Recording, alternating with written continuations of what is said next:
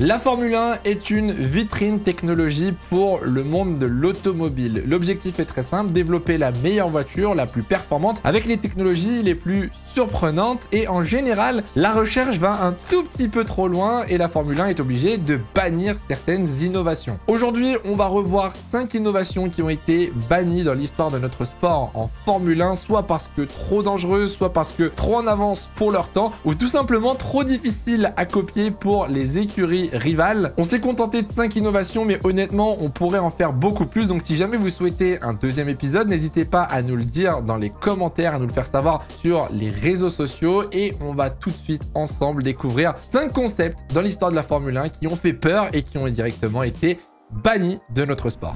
Juste avant, cette vidéo est sponsorisée par Oli Energy, mon partenaire depuis très longtemps maintenant. Pour ceux qui ne connaissent pas Oli, il s'agit d'une marque de boissons énergisantes faible en sucre. Vous pouvez retrouver 3 types de boissons sur le site de Oli. Les boissons énergisantes, les boissons hydratantes et les iced tea qui sont excellents. Vous aurez un lien dans la description avec le code HYDRO qui vous permettra de profiter de 15% de réduction pour tester du coup les produits. Moi, je vous conseille de partir sur le pack découverte qui vous permettra de tester les différents goûts et les différentes boissons. Les boissons énergisantes sont sans taurine avec de la caféine, la New Caf exactement, et ça vous permet d'acheter des boosters. C'est ce que vous voyez derrière moi dans le décor. Ça vous permet d'acheter un gros booster qui vous permet d'éviter d'avoir des canettes qui traînent et bien évidemment, ça vous permet d'éviter de boire des sodas à longueur de journée. Vous avez différents types de goûts, que ce soit pour les iced tea, les boissons énergisantes ou même les boissons hydratantes. Et moi, mon préféré, je vous en parle tout le temps, mais c'est le raspberry, c'est celui qui a l'aigle sur l'emballage. C'est de loin mon goût préféré. Toutes les informations sont dans la description, n'hésitez pas à aller faire un tour et pourquoi pas tester du coup les produits de Oli. N'hésitez pas à me faire un retour aussi bien évidemment sur les réseaux sociaux. Merci encore à eux de nous soutenir tout au long de l'année. Et maintenant, on passe tout de suite à la première innovation.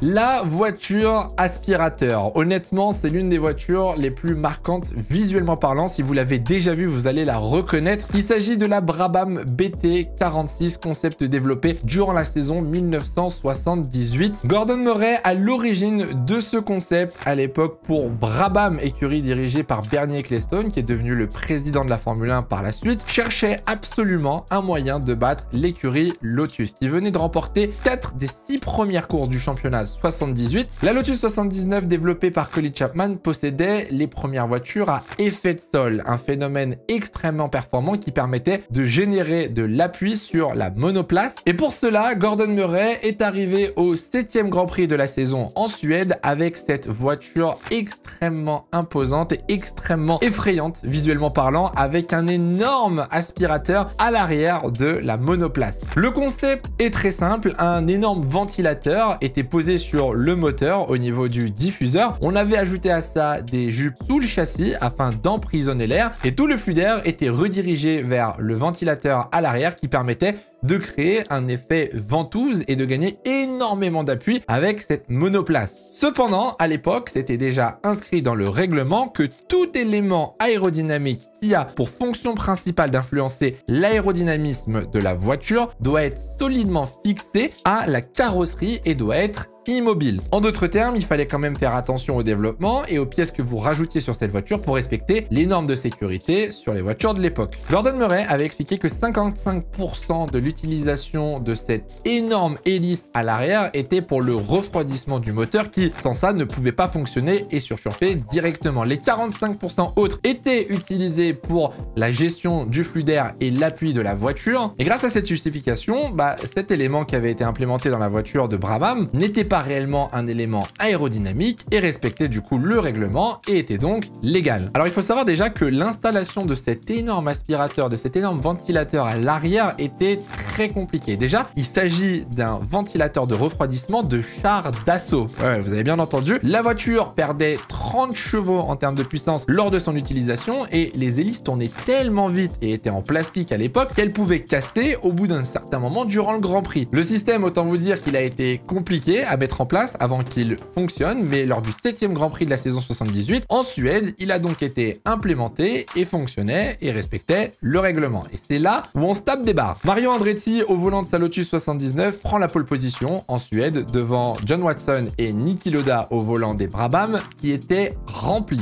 d'essence, qui avaient un plein dans la monoplace afin de cacher leur jeu. Quelle ne fut pas la surprise lors du Grand Prix de Suède lorsque Niki Lauda s'est imposé avec 34 secondes d'avance devant Riccardo Patrese. Mario Andretti, lui de son côté, avait abandonné sur casse mécanique, mais la Brabham était un succès exceptionnel. La voiture était devenue ultra performante et le concept était très efficace. Très rapidement, plusieurs équipes vont porter réclamation concernant ce nouveau système aérodynamique. On parle surtout de Lotus et de Tyrrell qui justifiaient ça comme une crainte que des débris ou des éléments soient projetés sur les voitures qui les suivaient. En réalité, c'est surtout que le développement d'un concept similaire aurait demandé beaucoup de temps et beaucoup d'argent, et vu le gain de performance, la saison allait être rapidement pliée par Brabham. La F1 et la FIA se penchent très rapidement pour analyser cette voiture, mais comme l'avait expliqué Gordon Murray, au final, la voiture était légale. Et donc, le concept est validé et les écuries commencent à essayer de développer un concept similaire. Lotus s'y met très rapidement, mais toutes les écuries prennent peur pour deux raisons. De 1, que les voitures deviennent beaucoup trop performantes, et de 2, que la sécurité des pilotes soit mise en danger au vu de la sécurité des circuits pour l'époque. La pression va commencer à augmenter sur le dos de Bernie Ecclestone, toutes les équipes vont commencer à se plaindre et Bernie Ecclestone retirera donc ce tout nouveau concept dès le Grand Prix suivant. La Formule 1 interdira donc tout concept similaire dans son règlement technique et aucune écurie ne s'amusera à reproduire un concept similaire dans les années suivantes. Les X-Wing, à pas confondre avec les X-Men, ça n'a rien à voir. Les X-Wing, vous les avez probablement déjà vus sur Google Images, c'est ces monoplaces qui avaient des ailerons posés sur le châssis de la voiture. Mais alors d'où ça sort? Comment une écurie de Formule 1 s'est dit on va poser un aileron un peu plus haut que l'aileron avant ou l'aileron arrière et ça va marcher? On est en 1997 et Tyrrell manque cruellement de performance sur ses voitures et manque surtout d'appui aérodynamique. Et les ingénieurs de Tyrrell vont se pencher sur le règlement et trouver une zone grise. Le règlement est très clair, on simule en général une boîte virtuelle qui vous permet un petit peu de délimiter les longueurs, largeurs et hauteurs des différents éléments aérodynamiques comme les ailerons avant, arrière ou les pontons. Mais dans ce règlement technique, il n'y avait aucune précision sur tous les éléments en hauteur, au-dessus des sidepods, au-dessus du châssis, et c'est là où Tyrrell a décidé donc de placer des ailerons en hauteur. L'objectif est très simple, on est sur une zone de la voiture où le flux d'air n'est absolument pas perturbé, donc il est très facile à gérer et à manier, et Tyrrell a donc profité de cette petite zone grise pour se dire ok, là on mise dessus et on va aller chercher un petit peu d'appui et de la performance. Ces petits ailerons que vous voyez sur la voiture ne sont qu'arrivés qu'en 1997 au Grand Prix d'Argentine. Tyrrell ne les mettait pas sur chaque Grand Prix, il les mettait principalement sur les GP où il manquait d'appui ou alors il y avait un besoin supplémentaire d'avoir de l'appui sur la voiture, comme par exemple à Monaco, c'est le seul Grand Prix où Tyrrell a marqué des points. Mais vu que Tyrrell était une écurie du fond de tableau, honnêtement, personne ne s'est penché là-dessus. Tout le monde était en mode laissez-les faire. Les bouffes du fond de la classe, laissez-les faire ce qu'ils veulent avec leur voiture. En 1998, changement de réglementation en Formule 1. Les voitures sont plus petites avec des pneus rainurés et les freins sont un petit peu moins puissants. Ce qui veut dire que les monoplaces manquent désormais un petit peu d'appui. Et c'est là où Tyrrell se dit ah, Tyrrell décide de développer son système de X-Wing et bingo, ça fonctionne très bien. Le système sera implémenté sur la voiture de base et Tyrrell gagnera 5% d'appui sur sa nouvelle monoplace. Autant on se moquait d'eux en 1997, en 1998, le concept va vite être recopié par d'autres écuries. Ferrari, Jordan, Sauber, Prost GP, bref, tout le monde va essayer de gagner en appui aérodynamique avec ce concept qui sera renommé le concept pingouin. Le problème avec ce concept, c'est qu'il avait quand même quelques désavantages. Le premier pour le pilote, c'était que les rétroviseurs étaient très souvent gênés. On voyait un petit peu moins bien dans les rétroviseurs et ça, clairement, c'est inacceptable quand tu es au volant d'une Formule 1. Deuxième problème pour les mécaniciens, au niveau du pit stop, c'était pas du tout pratique, surtout pour celui qui devait remettre de l'essence dans la voiture, ça l'embêtait plus qu'autre chose. Et le troisième gros problème, et ça pour le coup, ça passe pas en Formule 1, c'est moche. C'est super moche. Ah oui, on va pas se mentir, hein, les instances de la Formule 1 n'appréciaient pas du tout le concept, performant ou pas performant. Ça rendait les voitures hideuses. Et alors, à l'époque, on est sur un sport de gentleman, sport de riche, etc. Hors de question d'avoir des voitures moches à la télé. On va nous sortir un baratin comme quoi ces pièces étaient dangereuses pour la sécurité des pilotes, qu'en cas de casse, les débris auraient pu voler et que ça augmentait un petit peu le risque pour les pilotes qui suivaient ces voitures. Et le concept va être banni. La réalité, c'est que Max Mosley appréciait pas du tout les concepts et voulait voulait s'en débarrasser le plus vite possible. Malheureusement pour Tyrrell, cette décision va être acceptée par toutes les équipes et le concept va donc être banni. Tyrrell va donc se retrouver en grande difficulté vu que le concept de la voiture était basé sur cette innovation et comme quoi, finalement, l'esthétique, c'est quand même plutôt important en Formule 1.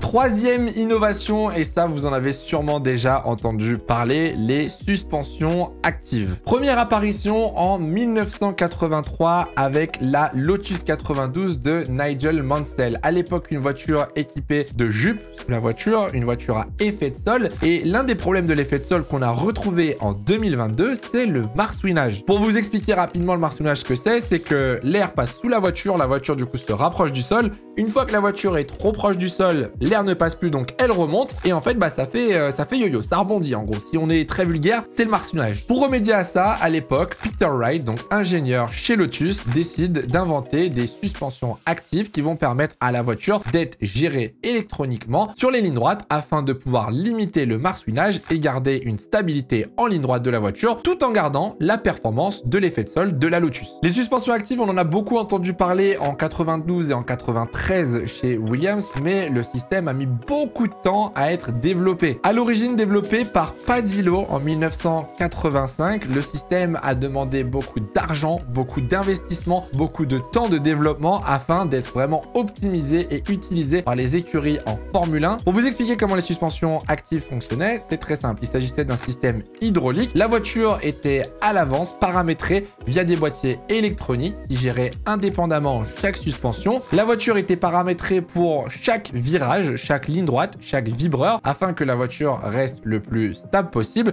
que le pilote ait un confort maximum et que le pilote puisse attaquer le plus possible autour du circuit et réaliser le meilleur tour possible. Comme à chaque innovation en Formule 1, dès qu'une écurie trouve une petite nouveauté, un petit moyen d'aller plus vite, toutes les écuries de la grille vont se plaindre à la F1 et à la FIA. Et là, pour le coup, je peux le comprendre parce que les suspensions actives, on est clairement sur une aide au pilotage. C'est comme si tu joues à Gran Turismo, que tu activais toutes les aides et que d'un seul coup, ta voiture freinait tout seul, tournait toute seule. C'est un peu la même vibe. Et puis, il faut penser surtout aux écuries du fond de grille. On est à l'époque dans les années 80-90. C'est pas les moyens et les financements d'aujourd'hui pour développer un système similaire. Et je suis au fond de la grille, je me tire une balle. Début 1994, les suspensions actives vont donc être bannies ainsi que d'autres aides au pilotage comme l'anti-blocage de roues ou l'anti-patinage. Néanmoins, ces innovations, aujourd'hui, on les retrouve dans les voitures de tous les jours et c'est là où tu vois que les innovations en Formule 1, mine de rien, finissent toujours dans la 208 du voisin.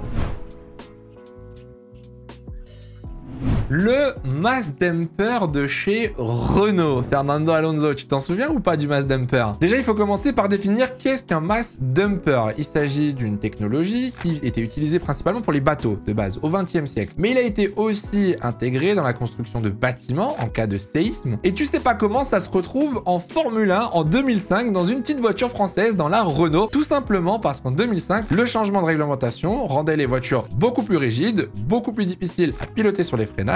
Et ça dû à l'aileron avant qui avait été rehaussé pour la nouvelle réglementation. Le mass dumper est placé à l'avant de la voiture, dans le museau de la monoplace et pèse 9 kg. Autant vous dire que c'est un beau bébé, mais Renault en 2005 à l'époque était largement en dessous du poids réglementaire, donc pouvait se permettre d'intégrer une innovation aussi lourde sur sa monoplace. Et autant vous dire que le résultat est exceptionnel. Vraiment, la performance débloquée grâce au mass dumper est très efficace. On voit directement la différence avec le onboard des Renault face aux autres écuries. Sur les passages de vibreurs, la Renault est ultra stable. Là où les autres voitures vont rebondir et être déstabilisées de zinzin. Hop, salut, c'est le Hydro du futur qui a tout simplement oublié de vous expliquer ce que c'était réellement physiquement le mass dumper. Alors, il s'agit en fait d'un poids placé dans un cylindre entre deux ressorts, au-dessus et en dessous. Et ce système, en fait, qui permet d'absorber les chocs, donc de la piste, les bosses, les vibreurs, tout ce qui pourrait perturber en fait la voiture de façon verticale, mais aussi les changements de direction horizontaux via la compensation du poids. Bref, c'est de la physique, il n'y a pas trop besoin de rentrer dans les détails là-dessus, mais je pense que vous avez compris comment ça fonctionnait. Renault a réellement trouvé une innovation très performante qui va être intégrée directement dans la voiture de 2006, car jugée légale par la FIA. Et Renault va pousser le vice encore plus loin en intégrant un mass dumper à l'arrière de la voiture. Et en plus de ça, ces mass dumpers étaient adaptés en fonction des circuits. Certains étaient plus plus lourds que d'autres en fonction de la rigidité des vibreurs et réellement de ce que la Renault avait besoin sur le circuit. Très rapidement, Ferrari, Toro Rosso, Midland, tout le monde essaye un petit peu de copier le mass dumper de Renault, mais ne réussira jamais à l'égaler, réussira jamais à l'optimiser aussi bien que l'écurie d'Enstone. Seulement une écurie s'oppose à ce concept et ne souhaite pas développer cette pièce, c'est McLaren. Ron Dennis était fermement contre cet objet considéré comme un objet aérodynamique mobile qui est des Renault. La réelle raison, c'est que Ron Dennis ne voulait pas dépenser et développer une pièce aussi chère et que Renault avait déjà trop d'avance au championnat. Donc il voulait la faire la bannir le plus vite possible. Étonnant quand même, quand on rappelle que Ron Dennis était le premier à dire au meeting aux autres équipes de ne pas pleurer parce que McLaren avait développé un système avec 2 pédales de frein. C'était le premier à dire qu'il fallait faire mieux et développer une voiture. Ron Dennis, bizarre. Après plusieurs meetings et de longs débats durant la saison 2006, le mass dumper va donc être banni après le Grand Prix de Hongrie. Flavio Briatore, forcément, Furax va décider de faire appel à cette décision, un appel qui sera rejeté. Bien évidemment, sur le reste de la saison 2006, la Renault s'est retrouvée en grande difficulté, perdant son énorme avantage grâce au mass dumper, mais ça n'a pas empêché Fernando Alonso et Renault de remporter les 2 titres de Formule 1 sur cette saison 2006.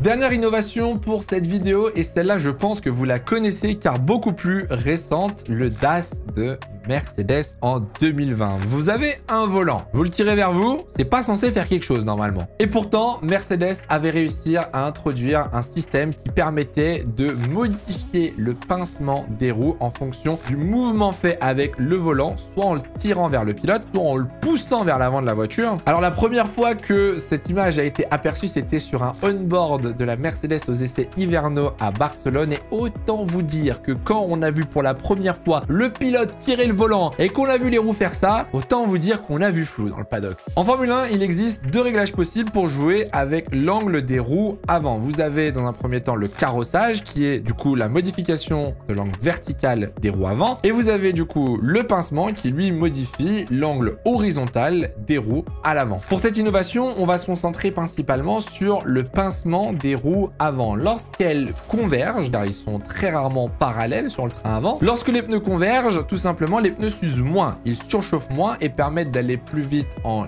ligne droite, mais ils vous offrent moins de grip dans les virages et sont du coup plus difficiles à gérer en termes de température. Lorsque les pneus avant divergent, cette fois-ci, beaucoup plus simple à gérer dans les virages, beaucoup plus stable, mais par contre beaucoup moins de vitesse de pointe et on a un risque de surchauffe, on a un risque de graining ou de blistering sur le pneu avant. Le DAS, donc Dual Axis System, permettait donc de modifier le pincement de la voiture à n'importe quel moment depuis le cockpit sans faire des modifications depuis les stands, et ça, on va pas se mentir, c'était une innovation idéale pour la gestion des pneus, surtout sous safety car ou dans les tours de formation. Une innovation qui n'a pas fait long feu malheureusement car elle demandait énormément de ressources pour être développée. On est à une période où des écuries comme Haas ou Williams ont à peine assez de budget pour faire une saison complète en Formule 1. On peut tout de suite oublier un DAS sur la Haas par exemple, et surtout que l'année suivante, on avait l'introduction du budget cap, donc c'était hors de question de dépenser des millions dans cette innovation et essayer de rattraper Mercedes alors que le budget cap allait arriver en Formule 1. Ça posait réellement un deuxième problème, ce DAS chez Mercedes, c'est qu'au final, est-ce que ça respectait réellement le parc fermé? On rappelle que lorsque vous sortez du garage pour votre tout premier tour en séance de qualification, le parc fermé du coup s'applique, vous n'avez plus le droit de modifier que les ailerons avant, la répartition des freins et quelques petits réglages mineurs sur la voiture. Le pincement n'en fait clairement pas partie, et avec le DAS, au final, tu pouvais le régler à n'importe quel moment du Grand Prix ou de la séance de qualification. Très rapidement, Red Bull va donc porter réclamation pour faire bannir le DAS de Mercedes. Ce bannissement n'arrivera pas directement en 2020, mais dès la saison 2021. Donc Mercedes a pu garder au final cette innovation durant toute la saison, et depuis ce bannissement, plus aucune écurie n'a essayé d'introduire un nouveau système